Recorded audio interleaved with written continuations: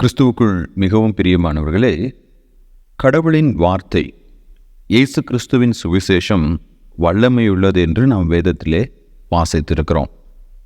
ஆனால் எபிரேயர் 4 அதிகாரம் 2 வசனத்திலே எப்பொழுது கடவுளின் வார்த்தை அல்லது கிறிஸ்துவின் சுவிசேஷம் பிரயோஜனமற்றதாக மாறுகிறது என்று நமக்கு வேதம் போதிக்கின்றது. வாசிக்கலாம். எபிரேயர் 4 அதிகாரம் 2 வசனம். ஏனெனில் சுவிசேஷம் அவர்களுக்கு அறிவிக்கப்பட்டது போல நமக்கும் அறிவிக்கப்பட்டது. கேட்டவர்கள் விசுவாசமில்லாமல் கேட்டபடியினால் அவர்கள் கேட்ட வசனம் அவர்களுக்கு பிரயோஜனப்படவில்லை.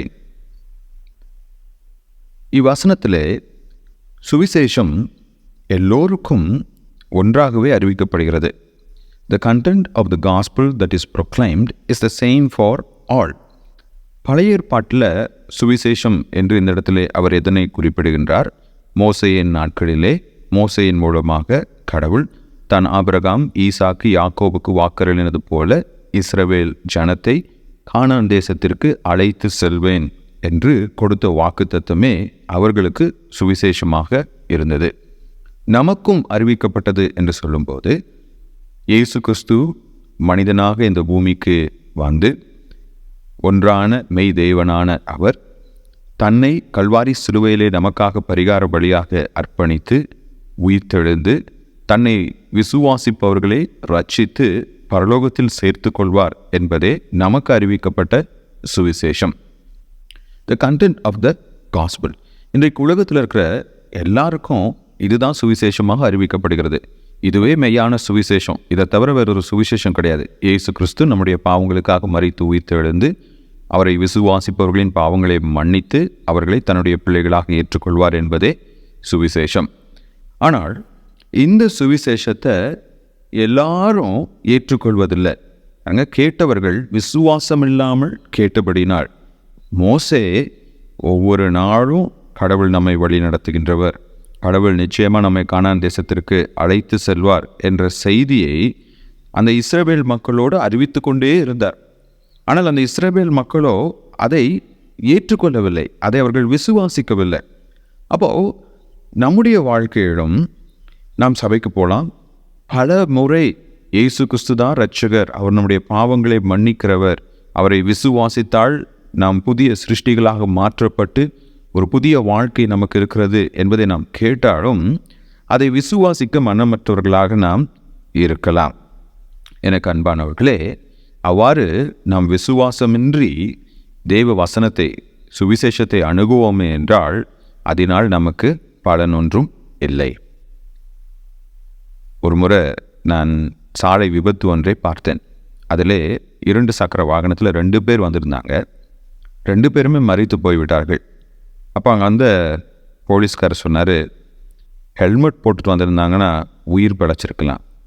நம்ம ஒரு 2 சக்கர வாகனத்தை வாங்கின உடனே அதில் எழுதியிருப்பாங்க, to not drive this vehicle without a helmet அப்படின்னு சொல்லி ஒரு வார்னிங், எச்சரிக்கை கொடுத்துருப்பாங்க. அநேகர் நம்ம அதை பின்பற்றுறதே கிடையாது. மற்றொரு முறை நான் பிரயாணப்பட்டு கொண்டிருக்கும்போது புதிதாய் கட்டப்பட்டிருந்த ஒரு பாலம், ஒரு சைடு ஃபுல்லாக பனி நடந்து கொண்டிருக்குது. அதே போல் முன்னாடி ஒரு போர்டு வச்சுருந்தாங்க. என்ன போர்டு வச்சுருந்தாங்கன்னா, பாலம் வேலை நடைபெறுவதால் யாரும் பாலத்தை பயன்படுத்த வேண்டாம். அந்த சைடு ரோடில் நாங்கள் போகிறப்போ திடீர்னு பார்த்தீங்க அப்படின்னா ஒரு வெஹிக்கிள் அந்த பாலத்துக்கு மேலே போய் குறிப்பிட்ட இடத்துக்கு மேலே ஒன்றுமே கிடையாது. இவங்க போன வேகத்தில் அப்படியே கீழே விழுந்து அதிலிருந்து அவங்களுக்கெல்லாம் பலத்த காயம் ஏற்பட்டிருந்தது. இப்போ இந்த 2 விபத்துகளில் பிரச்சனை அறிவிப்பு பலகையில் அல்ல. அறிவிப்பு பலகை ஹெல்மெட் போடாமல் வண்டி ஓட்டாதீங்க, இல்லை இந்த பாலத்தை பயன்படுத்தாதீங்க, அந்த அறிவிப்பு பயனுள்ளது தான். ஆனால் அதை கேட்கிறவர்கள் அதை பொருள்படுத்தவில்லை என்றால் அதனால் அவர்களுக்கு பிரயோஜனம் ஒன்றும் இல்லை.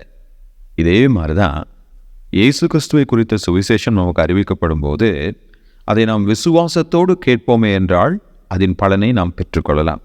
அதை நாம் விசுவாசியாமல், என்னடா எப்போ பார்த்தாலும் இயேசு கிறிஸ்து இரட்சகர், அவர் வரப்போகிறாரு, பைபிள் இதை சொல்லுது அதை சொல்லுதுன்னு சொல்லிகிட்டே இருக்கிறாங்களே, இதெல்லாம் நான் ஏன் கேட்கணும் அப்படின்னு சொல்லி நம்ம நினைப்போமே என்றால் அதனால் நமக்கு பயனொன்றும் இல்லை.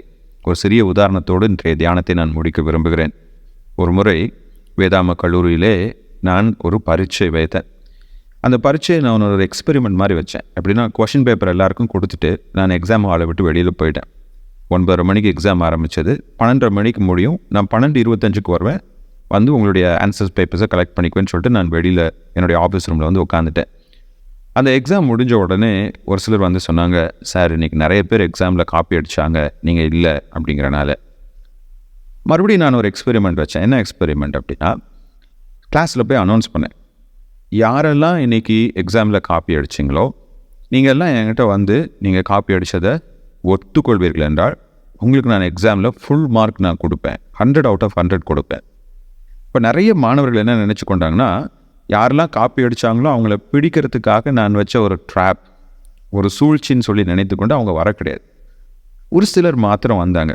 வந்து சார் எங்களை மன்னிச்சுக்கோங்க, நாங்கள் இப்படி செஞ்சுருக்கக்கூடாதுன்னொடனே அவர்களோடு நான் வேத வசனத்தை கொண்டு ஒரு சில ஆலோசனைகளுக்கு சொன்னேன். ஏன்பா நீங்களும் நாளைக்கு பாஸ்டர் ஆக போகிறீங்க, ஊழியக்காரராக போகிறீங்க, யாருமே உங்களை பார்க்காத போது நீங்கள் எவ்வளோ உண்மையாக இருக்கிறீர்களோ அதுதான் உங்களுடைய ஊழியத்தின் வெற்றியை தீர்மானிக்கும் என்று அவர்களுக்கு நான் ஆலோசனை சொல்லி அவங்களுக்கு நான் 100 மார்க் நான் வந்து கொடுத்தேன். பாருங்களேன், அந்த அனௌன்ஸ்மெண்ட்டை கேட்டு யார் விசுவாசித்தார்களோ அவர்கள் அதனால் பலன் பெற்றார்கள். அதே போல்தான் இயேசு கிறிஸ்துவின் சுவிசேஷத்தை யார் விசுவாசத்தோடு ஏற்றுக்கொள்கிறார்களோ அவர்கள் அதனால் பயன்பெறுவார்கள்.